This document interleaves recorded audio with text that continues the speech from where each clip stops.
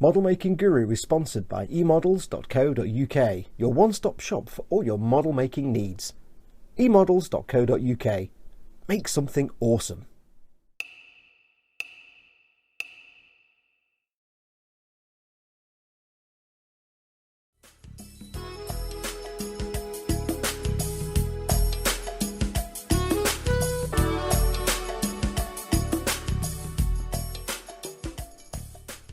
Hey everyone, it's Fox from Model Making Guru here. Hello, hello, hello, hello, hello, hello, hello, hello, hello, hello, hello. Hello, welcome to part 3 of our build of the Warhammer 40k Space Wolves Stormwolf brackets, a Stormfang variant brackets from Games Workshop. Yes, yes. If you remember, in the last episode in Gefarten, we painted the interior area of the front where the people go, and I tried looking up the name of this, like what is this part of a dropship actually called, and there's no name I can find apart from cabin, maybe passenger cabin, maybe. So yeah, so we'll call it the passenger cabin. So we painted all that in the last episode and it came out looking rather spectacular. So now we've got that bit painted and the cockpit. What is next? Next is the pilot and Gefarten, the flying dude. Now you can see here, if you remember, we've got the top half of him all primed and ready in the UMP primer. We have the lower half of him basically primed and just with that first green coat that went on the cockpit, and he was left at that, so that's ready to go. However, he is not anymore alone. Bum, bum, bum, bum. We have more dudes. We have more dude and Gefartens that aren't able to stand up very well by themselves. Come on, you've been on the sherry again. So yes, we have more dudes. We have a dude on a motorbike and a dude who's standing up and waving weapons around. Yes, let's go get ready. What I'm going to do with the painting, it might not be a long episode, because what I'm going to do, there are a million different ways to paint these things.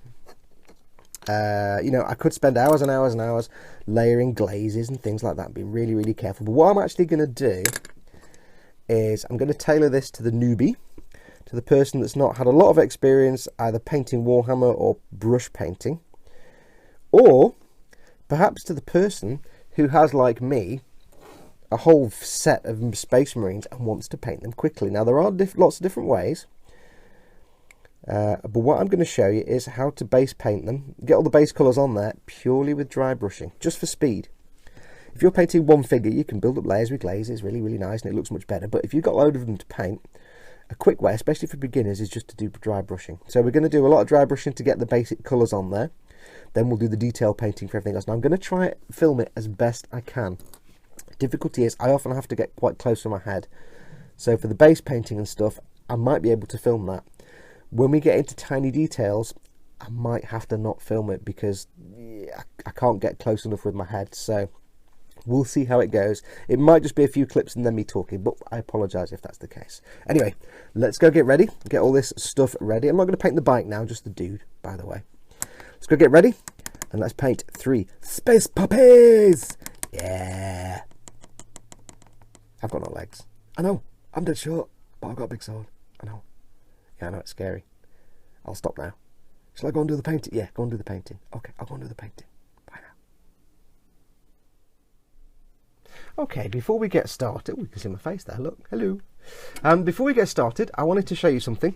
Now, all the colours I'm going to use, I have listed on the description of each of the videos in this series. So if you need to know what colours you need, I've put them in the description. Go and have a look. Now I've listed, I know I've only done 3 episodes so far, so I've listed all the ones I think I'm going to need. If I need to add any, I'll add them to future episodes. Now there is one thing I wanted to show you, because I'm going to stick to, when I use Citadel paints, to keep my life easy and to make it easier for you guys, I'm going to stick to the standard colours that Games Workshop suggest for each thing. I don't know where to look, because I know you can see the reflection of my face. I don't know if it looks straight ahead or at the camera, which is up here. It's weird. Anyway, yes, I'm using all the default colours. I'm not really going to town on this at all. So I wanted to show you something. You might not know about this, you probably do, but if you've got an iPhone or an iPad or an Android phone, I think it's on Android, you want to get yourself the Citadel Paint app. It's free and it's absolutely invaluable.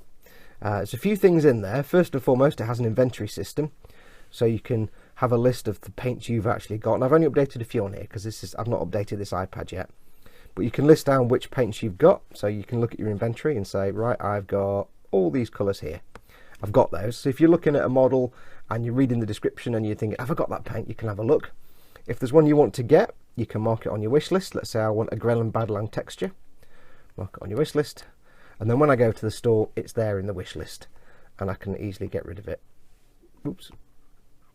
If I can get my finger to work, remove from wish list. So once I've bought it, I can either put it on my list of inventory or what have you. So it's a really handy tip, just so you can keep track of what paints you've got and what you might need. However, more importantly, it's absolutely invaluable if you want to know the right colours to use. Now, you obviously, when you're painting miniatures, you're more than encouraged to go off and do your own colour schemes. It doesn't really matter. But if you're just starting out, it's sometimes easy just to get the hang of the paints and to get the hang of how to paint by just not having to think about the colours. So they've got really handy guides. They've got paint by colour, or you've got paint by miniature, and we're going to go by miniature. Now, it's not a massive list. It's not fully updated yet, but there's quite a lot on there. So if we do a search for Space Puppies, there you go. There's only one entry, and it's the Space Wolves Intercessor, but it gives you all the colours you need, and it's really handy. So you see a picture of the model close up, and you see it's broken down. So you've got like the gold, the Imperial armour. Imperial Fist armour is this yellow colour. You follow the little line. You've got the Space Wolves armour, which is the default blue colour if you follow the line. So if you click on that one, it tells you. You start off with the base coat of the Fang, which according to this I haven't got, but I have. Then give it a shade of Agrax Earthshade. Then you do a layer of Russ Grey, which I've got. And then you do an edge highlight of Fenrisian Grey, and that's what you end up with. It's perfect. So you can update your inventory. You can say, oh, I need this colour. I haven't got that one. I'll put it on my wish list and I'll go to the shop, and then you can check your wish list. That's if you're doing normal layer painting. If you're doing brush painting, it's actually got dry brushing as well. Sorry, dry brushing, not brush painting. So again, you start with the Fang, go with Agrax Earthshade, Russ Grey and Stormfang. So that's a different one there, you see, different highlight colour. Now, I don't think I've got Stormfang. Have I got Stormfang? I don't have Stormfang. So you could see there, I'd be like, right, I need to get some Stormfang when I go to the store. So there you go. But it's just handy. You can use any colours you want, really, but this is just a handy little guide. So it means that when I'm painting this now, I don't need to keep going to the internet to find out what the hell colour to paint stuff or write stuff down. What colours do I paint the gun? Well, let's have a look at gun metal. I need Lead Belcher, Nuln Oil and Stormhost Silver. I've got Lead Belcher, I've got Nuln Oil, I think I've got Stormhost Silver. Probably not. Oh well, never mind. Let's have a look. The magenta. Let's say I want to paint the yellow pauldron there. Imperial Fists armour. Averland Sunset I've got. Yriel Yellow I've got. Agrax Earthshade I've got. Screaming Skull I've got. There you go. So it's a great reference if you're wanting to paint a thing and you don't know what colours to use. So I just wanted to show you this because I've started using this and it's incredible. It's so useful. I can't do without it when I'm painting these Warhammers, because I'm trying to paint it to what people want to buy. So to get the colours right is very important to me. Now I could just make this up. You can use your own paints. If you're not using Citadel paints, using Vallejo, Model Air or Game Colours or whatever, just go for similars. You don't have to have this, and you don't have to paint how, you know, Games Workshop suggests you paint. But if you're just starting out and you don't want to have that thing to worry about or try and think about, if you're just getting used to brush painting and you're just trying to get the hang, then just do this. It just takes all that away. You can get used to the practice of painting, and then later on you can start experimenting with different colours. So I just wanted to show you that. Anyway, that's that. Let me go and get everything ready, and we'll do some painting. Yes, my face there again. Look, hello. I don't know where to look. I'm looking over there. Now I'm looking up there. Now there. Now there. Oh, phew. Okay, so let us commence. Now I'm going to show you what to do on this dude, because he's the most sort of easiest to show. He's not half a person. And also you can see all of him. The other guy's kind of scrunched up and hard to see. So we'll do it on the motorbike dude. Now if you're wondering about how I've mounted it, when you're painting a miniature, it's always good to either glue it to the base if it comes with a base, or glue it to, or stick it to something like this. I've got a champagne cork. Basically it means I can handle this while I'm painting and not actually be handling the model, because that's the last thing I want to do. Now he doesn't come with the base. None of these figures do. So all I've done is I've drilled a small hole with my pin vise in his foot, a few millimetres in, jammed a cocktail stick in there and stuck it in with a little tiny bit of white PVA glue, Elmer's glue if you live in the US, if you're one of our colonial cousins.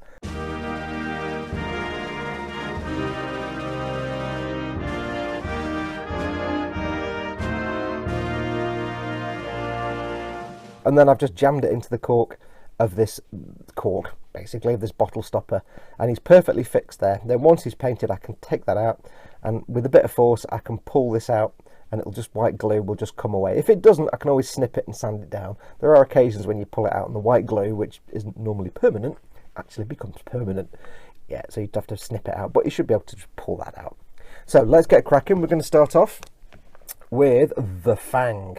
Now this is basically, purpose of painting it this colour, which is not the colour we're going to do to start with, is basically because we want to get a base coat on here. This is a base paint. The next paint we're going to use after that is Russ Grey, and this is a layer paint. Now a layer paint is actually a bit transparent compared to a base paint. The base paint covers everything. Layer paint is a bit transparent. This is the colour we want.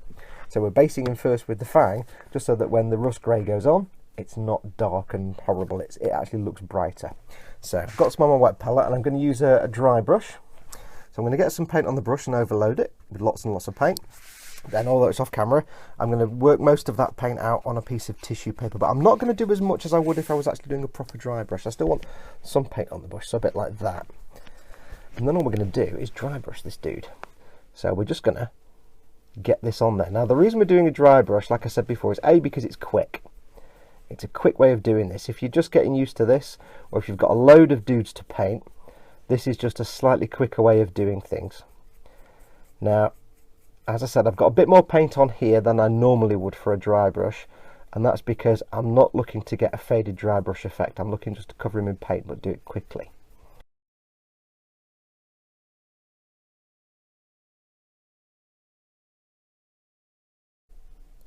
Okay, so with that first dry brush coat done, you can see it's looking nice and flatly, smoothly coloured now. Now there are still some dark patches, but that's the idea.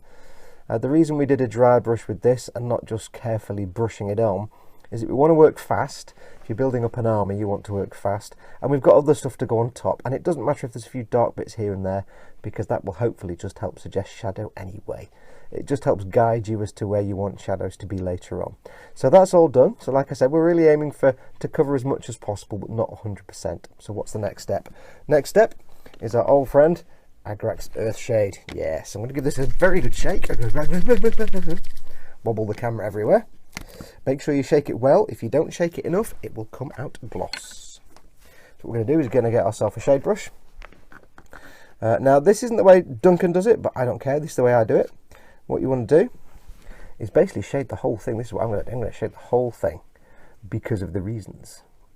So I'm just going to get the shade on him and get this everywhere. I'm going to cover everything.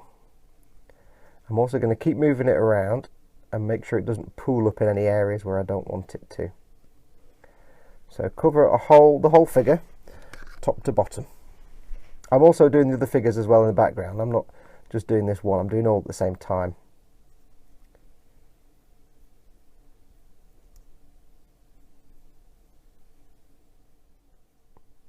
Okay, and now the shade's all dried, you can see it's this lovely darkened colour. Now it's important for you guys to realise it looks quite dark blue on screen. In reality, it's a kind of German grey. It's not actually as blue as this looks. It's just the way this films, it comes out looking a lot darker blue, but it's not. So just keep that in mind. Now, what's next? Well, now the shade is in there and it's around all the edges and into the recesses. It's time for more dry brushing. This time we are going to dry brush with Russ Grey. So I'm going to give it a good shake, get it on my palette. And for this we're going to use a slightly smaller dry brush. We're going to use this one just for a bit more control, because with this dry brushing we need to be quite subtle. The first dry brush, it wasn't really, it was almost a wet brush. It was like a dry brush with loads of extra paint on the brush more than normal. This one is an actual dry brush and we need to get most of the paint off the brush. So I'm just being quite careful to get it off. What we need to do now is exactly the same as we did before. Just get the whole thing covered, but be a lighter. We're looking to basically replace a lot of this dark colour, the Fang, with the Russ Grey, but we want to be gentle, because what we want to do is keep some of the darkness in those recesses. Now the reason we put the Fang down, like I said, was because this is a layer paint. It's slightly transparent, so if you painted this over black it would look totally different. So you want to get the Fang down first, just so that when this does go on it's a bit brighter and a bit more pleasing to look at and a bit closer to the colour you want.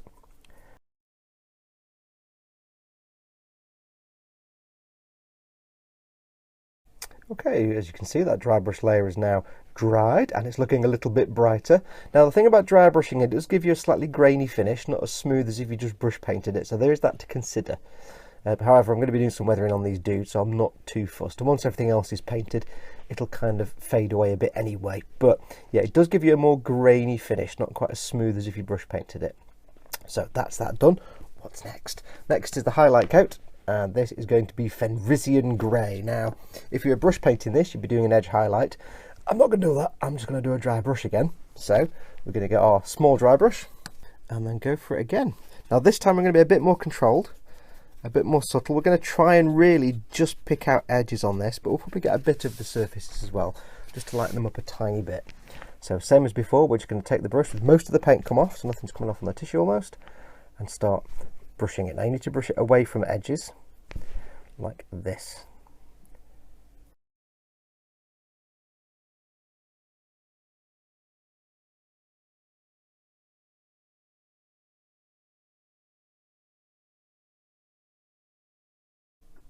And so with that dry brush layer dried, looking pretty spanky.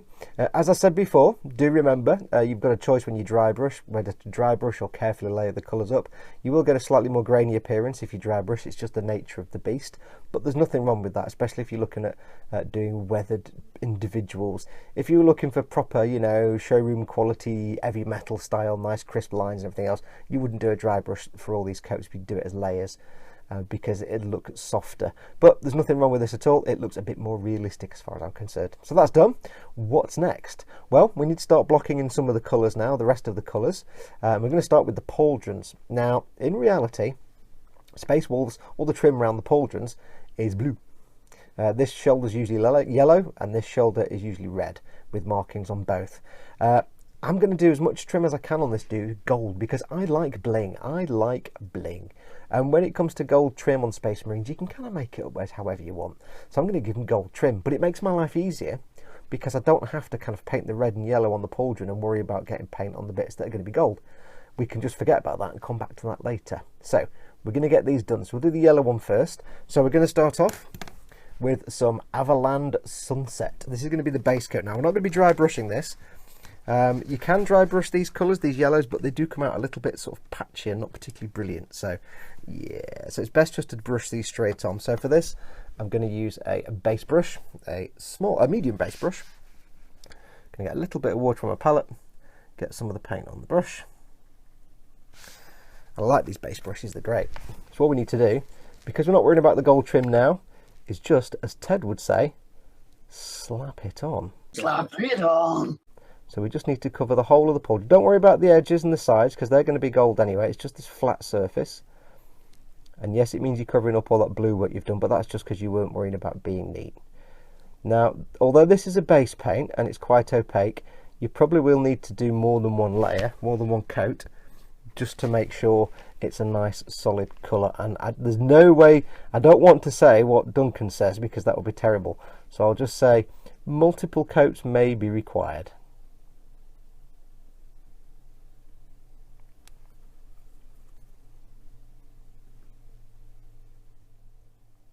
Okay, now the Averland Sunset has dried. You can see it's quite a dark colour. On this figure, because there's no trim around the edge of the pauldron, I did go and paint the sides the yellow as well, because it makes sense the whole thing is yellow. On the other one with gold trim though, that's had trim around the edge, I just went to the edge and left it. So the next step is to get your Yriel Yellow, and we're just simply going to paint over what we've already done. The reason for doing the first coat with the Averland Sunset was again because Yriel Yellow is quite a pale and translucent colour, so it needs a strong colour underneath first, just as a base coat, before you then go in with this bright yellow. So simply go over what you've done, and again, you might need more than one coat for this one.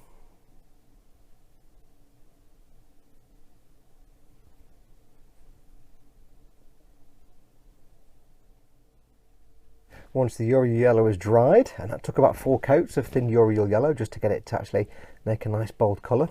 Once that's dried, very carefully, I'm going to dry brush on some Screaming Skull just at the very top, and only very lightly, just to fade it a little bit at the top. And I'm being careful not to get it everywhere else.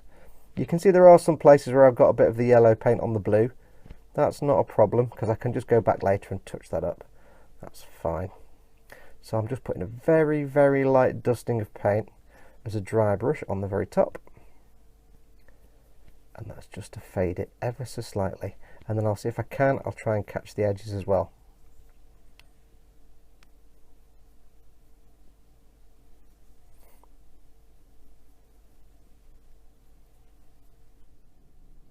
Okay, once that dry brushing is done and dried, the last thing we need to do on here is go in with a little bit of Agrax Earthshade and just go around all the raised detail, just the edges, just as a sort of shade around those edges.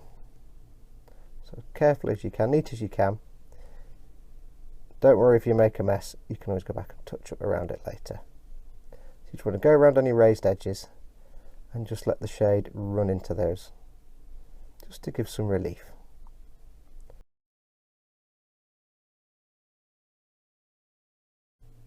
Okay, and with that shade dried and a little bit of tidying up afterwards, because I did splodge it around a little bit, so I went back in with some of the Yriel Yellow just to tidy up the edges. That's done. It does look a little patchy, but that's, like I say, fine, because we've got the details to paint in gold trim, and once they're on, it'll all kind of blend together.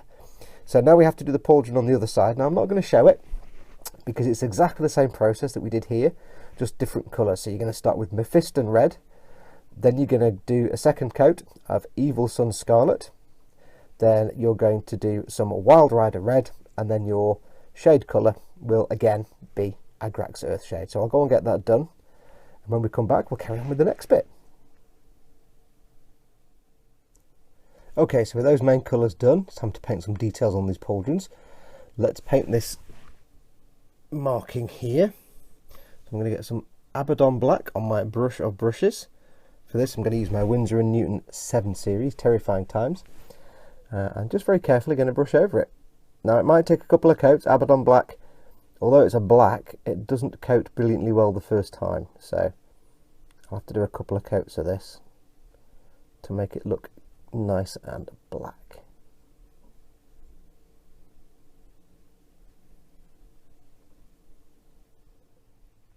Okay, so with that now dried, that is done. Now I've done it on there, I've done it on the other guy as well, because the other guy has the same logo, although it's a little bit smaller for some bizarre reason. He has a slightly smaller wolf head. That's exactly the same technique. On his other arm, I painted a natty little black triangle. I think that means he's a scout, but I can't remember the exact pack structure. And that's just Abbadon Black triangle painted over, and a little bit of Eshin Grey around the edges there just to lighten it up. I don't know if that comes out. So that's that done. On the biker's other arm, I did a sort of random made-up design to make him a swift claw, and it's just same yellows as on the other pauldron, and just painted over. Now I know this Agrax Earthshade line here looks a bit intense. I think that's more caused by the sort of lip around the edge, and there's wash and paint on there. I think once this is painted gold, that might actually disappear a little bit. So I'm not going to do anything to clean it up just yet. I'm going to leave it for now and wait to see what happens once this is painted gold. Once it's gold, it might vanish. If not, I'll just touch up the yellow paint to get rid of that big fat line. So we'll see how that goes. And last of all, on the pilot, there's nothing on his yellow pauldron because that's going to be a water slide. But for this one, I've got his little Mechanicus, Septa Mechanicus, I've been to Mars, and all I got was this lousy pauldron marking.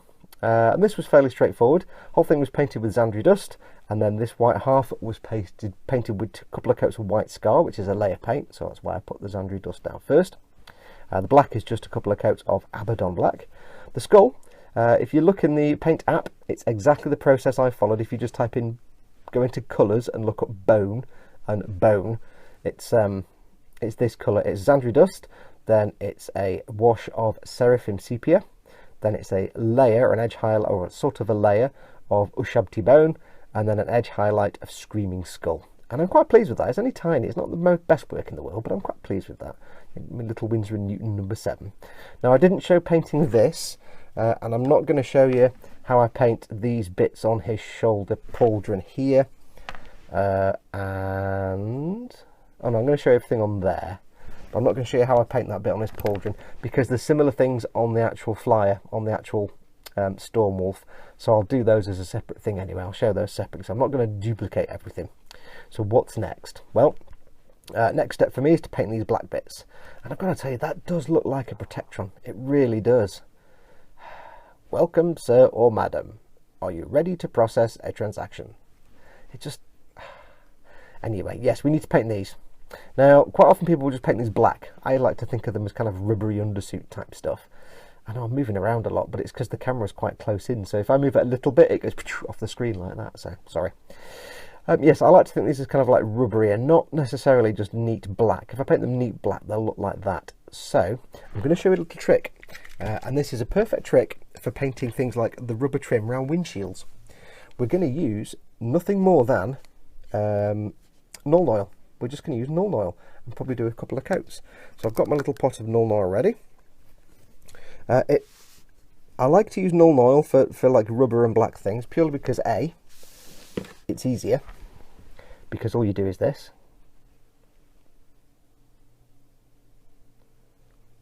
You just touch it to it, and you do it off camera. You touch it to it, and that's it. And it's easier than paint because you're less likely to sort of splod paint everywhere because it's going to stay within the gaps. So all you do is you do that on all the little bits that are supposed to be rubbery trim. It's less stressful than painting, like I say, because it will collect in the recesses, so it's not going to pop out onto the top of the armour. And if you do like 3 or 4 coats of this, as I knock the camera, if you do 3 or 4 coats of this, I guarantee you it will darken up enough to look like rubber.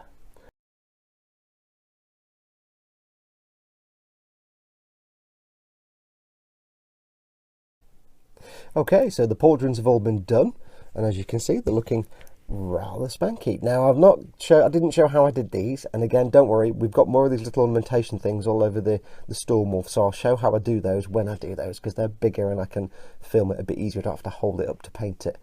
And also, this is real fiddly work, and I had to get in quite close down on the desk. I couldn't really do it with my elbows up like I'm doing now, so it wasn't really filmable. So that's been done.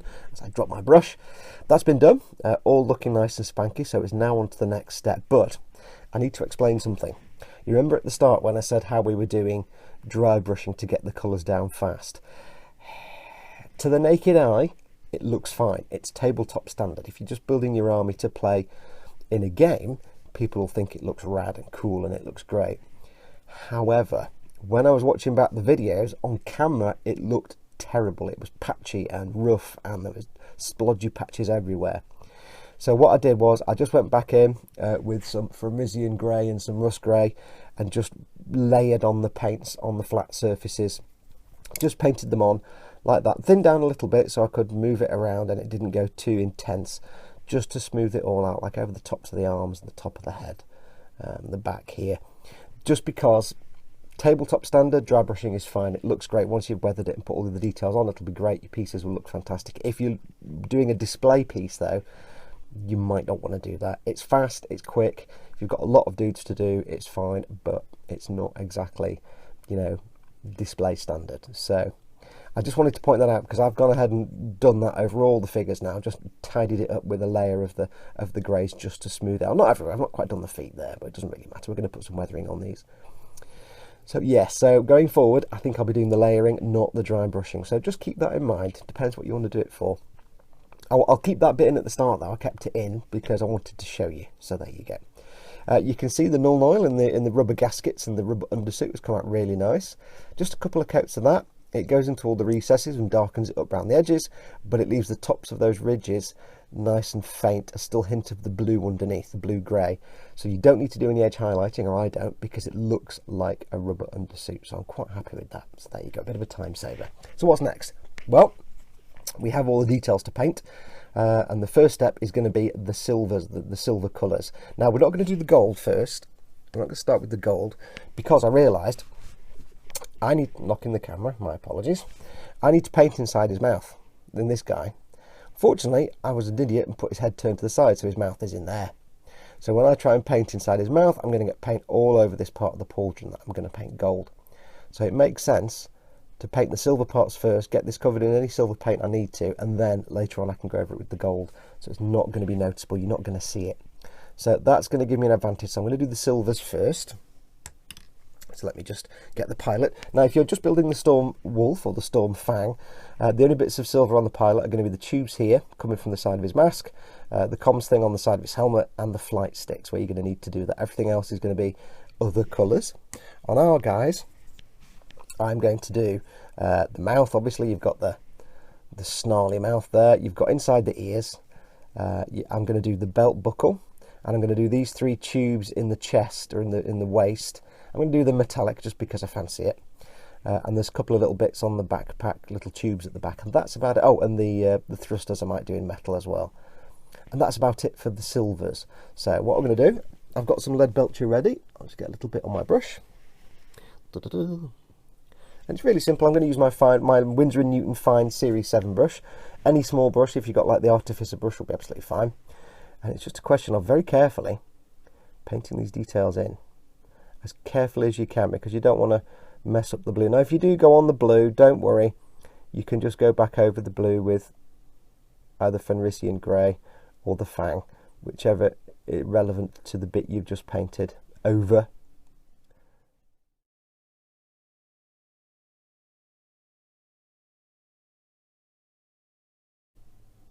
Okay, that's all the metallics done, looking nice and spanky.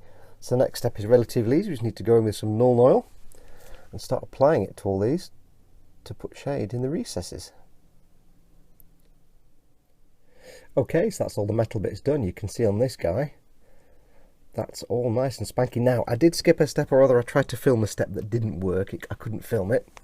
Once I'd put the Nuln Oil on and let that dry, I did an edge highlight with the Vallejo Metal Colour 77702 Duraluminum. And this was just round the edges or on some of the flatter areas. On the knife here, I did it on the edges, and I also put it on the whole of the blade area, and on the chainsword, just on the spiky bits and this bit here. And you can see that duraluminum has a wonderful metallic sheen to it, which sadly will disappear if I matte varnish this. So when I finish these, I might not do a matte varnish. I might just do a coat of Lahmian Medium to matte down the not matte bits, because that looks fine. If somebody buys this and then wants to play with it, it'll just be a case of, if you handle it by the base, not by the dude. Right, what's next? Well, before we can go ahead and do the gold, there's still more to do. I need to get this Cloak of Cloaks painted, but I don't want to do it now because I'll end up getting it all over the pauldron and the gold there, so I may as well get the cloak painted first.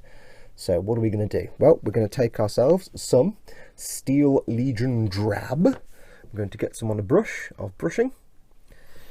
And we're just basically going to paint it. Now I'm going to do the inside and the outside in Steel Legion Drab to start with. I wasn't sure what colour would actually, you'd actually paint the inside of a skin, fur, but we'll just do it the Steel Legion Drab because it's a base colour, so it's got lots of coverage.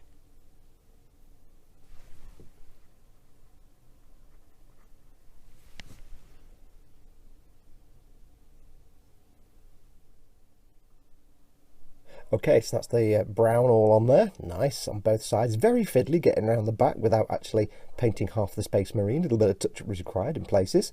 So that's done. So next we do a dry brush, and we're going to do a dry brush of Tallarn Sand. So I'm going to get some on the brush. I'm using for this my small base brush.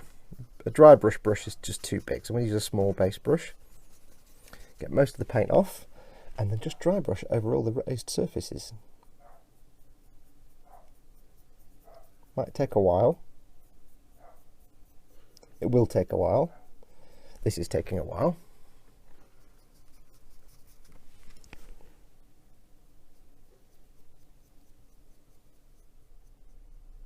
Okay, so that's the dry brush layer done. You need a little bit more paint than you normally would for a dry brush, but not a massive amount, just a tiny amount, and it'll go a bit quicker. So that's that done. The next stage is to add some depth to this, and for that we're going to use some Reikland Flesh Shade. I think it's Reikland, not Reikland. So as always, because it's a matte shade, give it a good shake. Then try not to knock the pot over. Hello. And then I'm just going to use my big shade brush, actually my medium shade brush. I'm going to be quite generous. I'm just going to put it everywhere. As with the shade, as always, gently apply it, but try and keep it moving around so that it doesn't pool up anywhere and make big tide marks and blobs. And do it on camera as well, which is always a winner. Deep sigh. Oh, I'm also going to put this on the inside as well as the outside. The dry brush was only on the outside.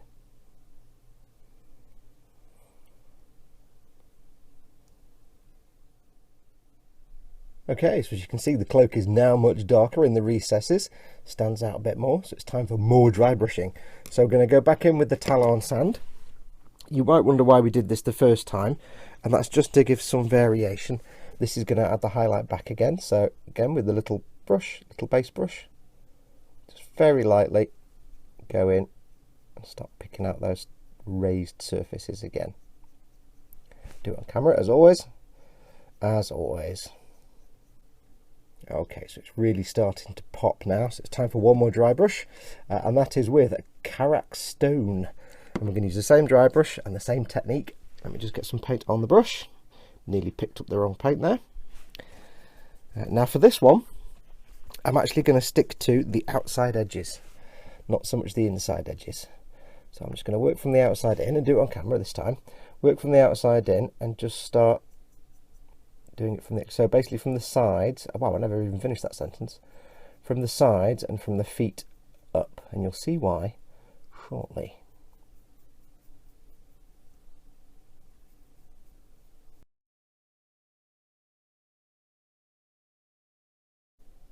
Okay, so that layer is now done. It's very subtle. You just got a little bit light around the sides here and on the haunches. So that's where that is. Next one is to go in. Actually, I said one more dry brush. I was lying. I'm thinking about it as I go along. We're going to go in with some Ushabti Bone, another dry brush. But this one, I'm just going to get some on the brush. This one, it needs to be super, super subtle, because this is going to be quite a big difference in colour. So what we're going to do is, again, we're just going to go from the outsides, but we're just going to try and keep it as subtle as we possibly can, just on little highlights here and there.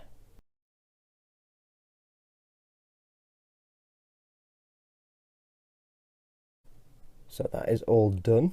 Now, last up, we've got something a bit different. I've mixed in some Agrax Earthshade, 2 brushfuls of Agrax Earthshade with 3 brushfuls of Lahmian Medium, which is Citadel's basically colourless paint, or matte varnish if you want to use it that way. I've used that because it means I can thin down the Agrax Earthshade, but it's not going to behave any differently.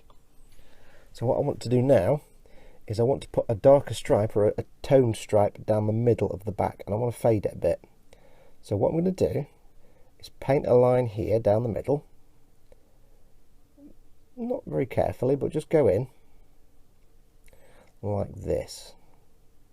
Now this will darken it. Then what I'm going to do is keep building that up in layers, but every time I add a layer I'm going to get less wide, so I'm going to focus more and more on the middle. I'm going to do some more on the tip of the tail, not the tip of the tail, but the end of the tail, the inside end of the tail here as well. And what I'll do is each time I add some, I'll do less and less of an area. So I'll do this area now, there, and then when I do the next coat it'll be smaller, and then the next coat smaller still, and I'll just basically focus in the middle and do it on camera. Focus in the middle, and what hopefully will happen is it'll go from this light colour and it'll fade to a dark colour in the middle. It may well not. I'm making this up as I go along. I may also do some at the tips of the toes just to paint the bits that the claws come out of as well. So let's see how that goes.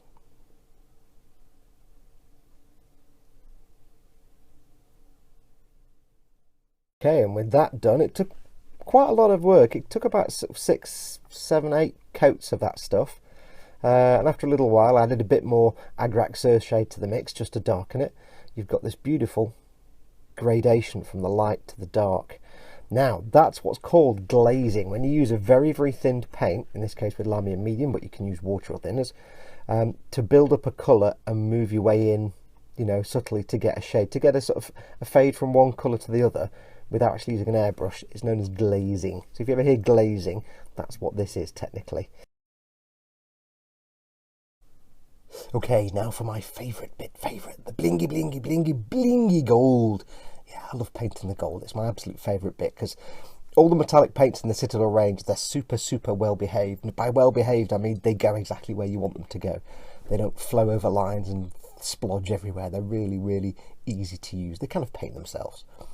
So what do we have to do? Well, on this chap we have to do the Aquila, And we have some bits on the backpack around this sort of totem at the top, and the 2 wolf heads. I think that, and obviously there's nothing on his pauldron. However, on his other arm, on the gun arm, we have the border around the pauldron to do, and the skull on the. I found this is a. Put it on camera. I found this is a grav pistol, by the way. It's a grav pistol. I don't know what that means. Fires gravitons or something. I don't know. So yes, we've got the bits around the pauldron and the gun. On Cloaky Dude, Doody McDude, we have Doody McDude. God, I'm talking rubbish. We have the trim around the pauldrons. We have the pommel there where the tail goes into. We have his aquila, obviously. Some stuff on the backpack, same as the other one, and on the sword, we have the grip there, the hand guard. I forgot to paint that bit silver. Yeah, we've got the hand guard thing here, and what else have we got to do on there? I think that's it for him.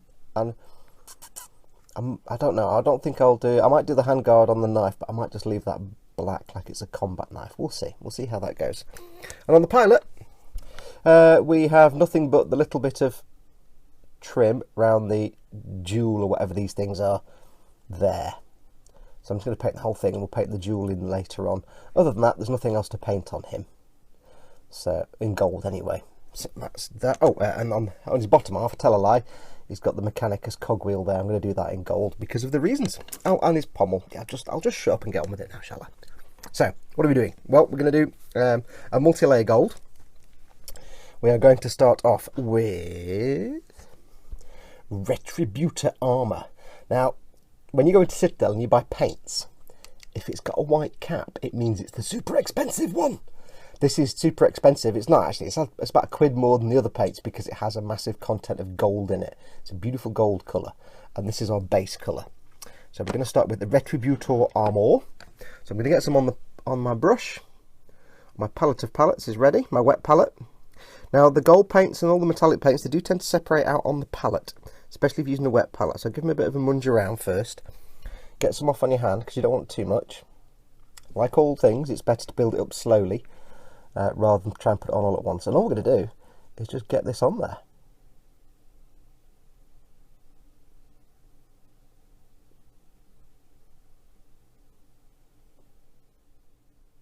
And as you can see, he's now looking much more fabulous, darling. Fabulous. So on to the next step. This isn't the final gold, but on to the next step. Now, if you're wondering what colour scheme I'm using, what choices of colours for the gold, I'm actually using, if you're using the iPhone or Android app, the Citadel Paint app, I'm following, if you go into colours and gold, it's the Adeptus Custodes Gold Armour colours, because they match with the colours I've got in my pile of paints.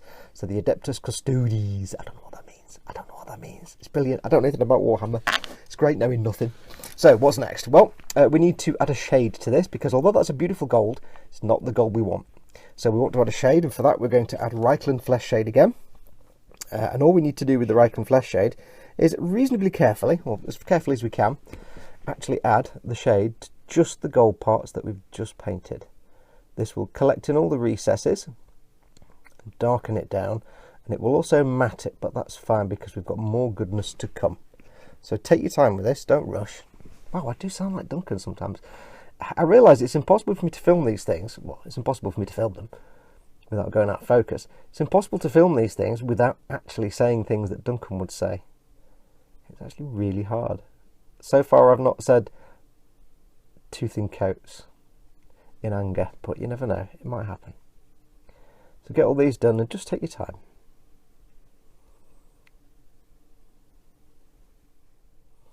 Okay, so as you can see, the gold is now looking much more muted, more brass-like than gold right now, a bit more flat and matte, and a bit more deep and dark, and some of the details are starting to pop out.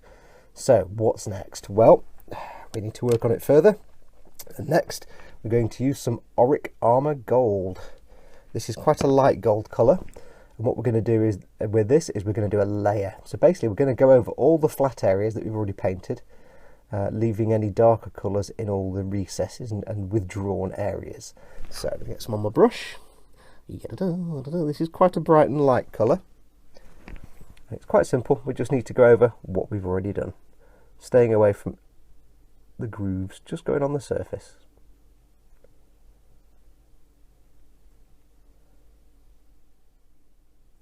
Okay, and I jumped ahead a little bit. As you know, I can't film the little tiny fiddly bits. So after doing that last step, I did an edge highlight of Liberator Gold, and then an edge highlight just on the corners of Stormhost Silver. Now, I don't really see the point of the edge highlight of Liberator Gold. It's kind of invisible and didn't do much. But that is the gold all done. Now, what's next? Well, there's only little bits and bobs I need to do now, like the eyes and other bits, the jewels, or whatever you call the crystal things, and some other bits and bobs. And frankly, they're just stuff I'm going to show you on the main ship anyway, on the little things that go on the ship. So I'm not going to bother showing you the rest of those. What I'll do is, I'll go off and get them finished off. I've got to sort out the sword here and all the little bits and bobs. I'll go and get those finished off. And before we go back to the ship, we'll end this episode. I'll come back when I've finished the figures completely. But I am really chuffed with that, and I'm really pleased with the with the cloak. So I'll go and do the last few bits, the jewels and the eyes and things like that, and we'll see how they come out. And with the spinny, rattly, noisy, clunky old batteries are running out, spinny device active, you know that means only one thing: this step is complete. Save for a couple of decals on him, these guys are now done. I've not painted the bike yet, that'll be done after the Stormwolf when I'm doing the diorama. I am super pleased with these guys. They're not perfect by any long chalk. I'm still learning how to do brush painting and little figures and things like that. I'm a novice at this, but I had the most fun painting these. I cannot recommend strongly enough getting yourself some Citadel paints, some good brushes. The Citadel ones are absolutely fine as long as you look after them, and I will do a video about how to maintain and look after brushes, as long as you look after them. And if you can get yourself a Winsor & Newton Series 7 for all the little tiny details, even better. But I can't recommend enough, just get a little cheapy pack of Warhammer figures, get some of the paints and have a go. It's great fun. I've never had as much fun painting by brush as I have with Citadel paints. I just adore them completely. I've used Ammo, I've used Vallejo, I've used Tamiya. Nothing compares to Citadel paints. They are divine. And using the Citadel app, it takes all the thinking out of it, so you can focus on your learning and your technique. So I do recommend you get that app as well. It's totally free for your iPad or your iPhone or whatever. If you've got a tablet, it's a bit easier to read it. But that's now done. These guys are done. I'll go through quickly what I did. As I say, it was all stuff that I couldn't show on camera because it was all close-up work. Painted all the little things on top of the jetpacks. What else did I do? Painted the jewels, and I'll tell you how I did that in a second. Painted his grav pistol with the glowy centerpiece effect, and it was all really good fun. So what did we do? Well, when I finished them, by the way, you might be wondering how I've managed to get them matte but with the shiny gold. You could just matte varnish these figures to protect them. If you're going to play with figures, you want to varnish them. But if I matte varnish them, the gold will lose its luster. And I could go over them with a gloss varnish again, but it wouldn't look the same. You see how that sparkled just then?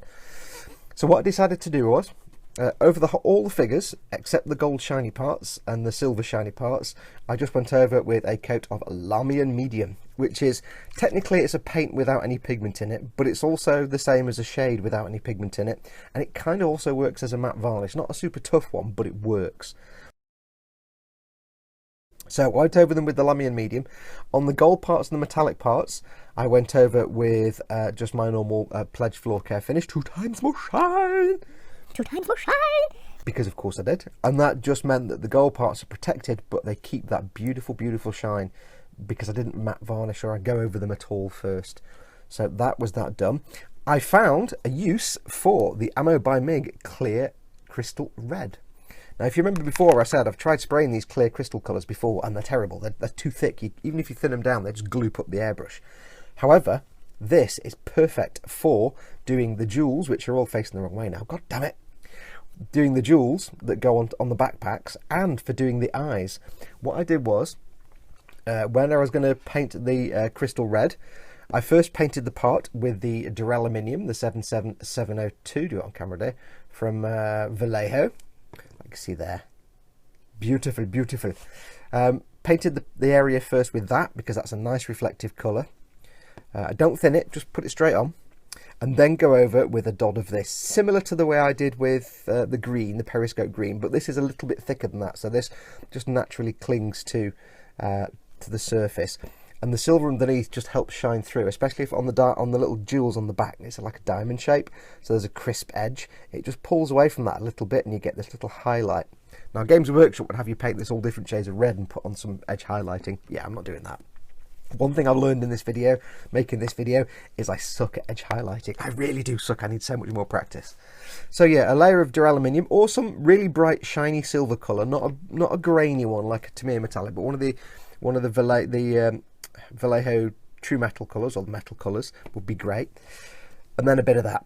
And then once that's dry, just give it a quick blast of gloss varnish with the Pledge, and that will be fine. That gives you this beautiful shiny jewel. I think it looks much better than the way Games Workshop say. I did the same for the eyes as well, the metallic colour and then the red, and it just gave them this nice sort of slightly glowy, not really glowy, but slightly bright and vibrant colour. What else did I do? I won't go through what I did on like the adornments and other things, and I will go through doing a jewel as well, because there's jewels on the or gems on the ship as well, so we'll go through that and I'll show you how to do that. All the adornments, like the things on the backpack, again, there's similar things all over the ship, so I'll show you how to do those when we do all the adornments on there. One handy tip: the black bit in the middle of the sword here, you've got the teeth around the edge, which is shiny metal, and the middle bit is actually matte black, but it's not painted. I did it purely with Nuln Oil, and like I said before, when I was doing the rubber bits, the seals around the joints, instead of painting that black and trying to make sure you get a nice straight edge, just use Nuln Oil. It'll stick to the edges of the raised area and it won't go anywhere else. Dead easy, couple of coats, done. It took me 3 minutes rather than trying to paint it and getting it wrong and having to touch up the bits I messed up. So there you go. So all in all, an absolutely brilliant experience. I hate yellows. I hate their yellows. I hate Yriel Yellow, or at least I did at first. When I was trying to tidy up this pauldron, I found that using it as a glaze and building up slowly is a great way to make clean edges with the Yriel Yellow, because it's so translucent. And yellows, whites and reds are always really translucent. So yeah, you always have trouble with those. What else? What else? I think that's about it. Picked out the claws on the cloak, but again, I'll take you through that when we do the ship. So that's really it. That's these figures done. I hope this video has been helpful. I know I missed a few bits out, but again, that's stuff I can show you later on. The battery on this thing is going because this is getting slower and slower, so I'll have to wrap this up now. But yes, thank you so much for watching.